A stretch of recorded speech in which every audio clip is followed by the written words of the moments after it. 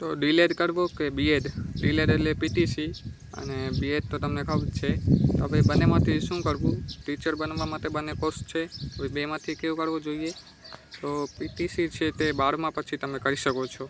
12મા ધોરણ પૂરું કર્યા પછી તમે પીટીસી કરી શકો છો, જે 2 વર્ષનું હોય છે. અને બીએડ છે તે ગ્રેજ્યુએશન કર્યા પછી તમે કરી શકો છો.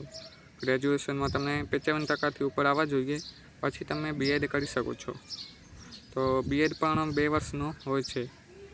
તો હવે તમે જો પીટીસી કરશો તો 1 થી 5 ધોરણ સુધી તમે નાના બાળકોને ભણાવવા માટે યોગ્યતા કરી શકો છો, યોગ્ય થઈ જાઓ છો. અને બીએડમાં 6 થી કરીને 12 સુધી તમે ભણાવી શકો છો છોકરાઓને. તો તમને જે કરવું હોય પીટીસીમાં 1 થી 5 ધોરણને ભણાવી શકો છો, અને બીએડ કરશો એટલે 6 થી કરીને 12 ધોરણ સુધી. પછી તમને બીએડ કર્યા પછી ટેટની પરીક્ષા આપી અને તમે યોગ્યતા મેળવી લો છો છોકરાઓને ભણાવવા. ગમ્યો હોય તો લાઈક કરજો, શેર કરજો અને સબસ્ક્રાઈબ જરૂર કરજો. અને કાંઈ પ્રશ્ન હોય તો કમેન્ટમાં જરૂર જણાવજો.